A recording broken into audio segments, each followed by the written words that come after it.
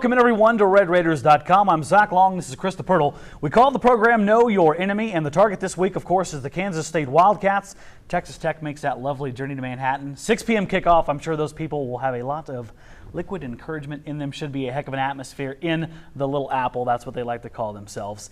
But Krista, let's start this program with the most obvious thing. This may be the biggest contrast in penalties we've ever seen. Absolutely. It's pretty ridiculous. Kansas State has only been penalized 19 times for 36.8 yards.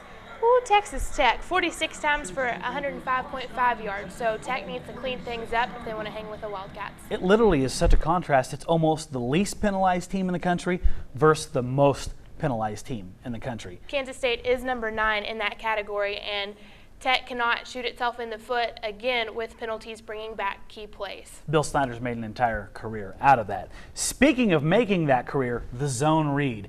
Man, has that been a staple of Bill Snyder football for a long time, and he's got a good one in Jake Waters. Absolutely, and we were talking about this before the show, that this is probably the biggest zone read threat Tech has faced all season in Jake Waters. He has passed for 229 yards per game, but he's also good on his feet. He doesn't scramble to throw. He scrambles to make an opening for himself, and then he runs it down your face, and he's run it for 53.8 yards per game, so you've got to watch him. They were in trouble against Iowa State, and he put that team on his back, got behind an offensive line, and led a beautiful drive late. Just a senior leader. You hope he makes a mistake, but you can't count on it.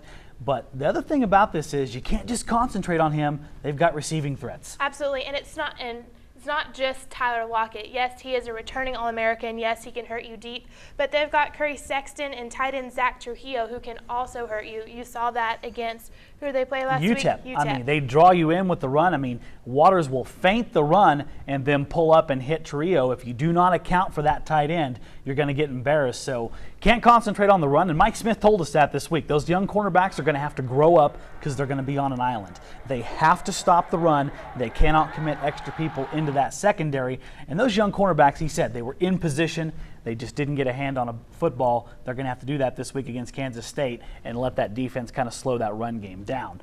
On the defensive side of the football, they have a beast in Ryan Mueller. Oh, he's another returning All-American. Ryan Mueller is huge. Last year, he had 3 sacks against Texas Tech, which was his career high for a total of 19 yards. You're going to have to watch out for him on the defensive line. Walk-on. Former walk-on. How many times do you say that about Kansas State? A walk-on comes on and does that. But Tech's offensive line hasn't been a big problem this year. They've done a nice job. If they can keep Mueller out of Davis Webb or Patrick Mahomes, whoever starts, because you can't get Davis Webb hit in the condition that he's in, let that running game kind of keep them honest, Tech will be okay, but you cannot let Ryan Mueller control this football game. Absolutely, you cannot do that in Tech. It's going to be important for the offensive line. I'm going to see how they respond and how much time they give Davis Webb to either hand it off for the run or to look out for the wide receivers and really get this passing game back that we've been waiting for but haven't quite seen so far.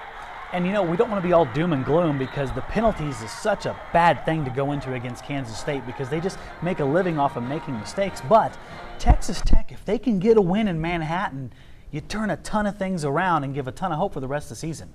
Yes, and 6 years ago to the date on Saturday was the last time the Red Raiders went into Manhattan and took a win. So hey, if you're looking for some sort of sign from the universe, exact same date could produce the exact same result from that time 6 years ago. Maybe they'll clean it up and get a win over the Wildcats. And of course, we'll be up there in Manhattan for full coverage of Texas Tech and Kansas State. For now though, that's going to do it for Know Your Enemy. This is Krista Pirtle. I'm Zach Long and you're on RedRaiders.com.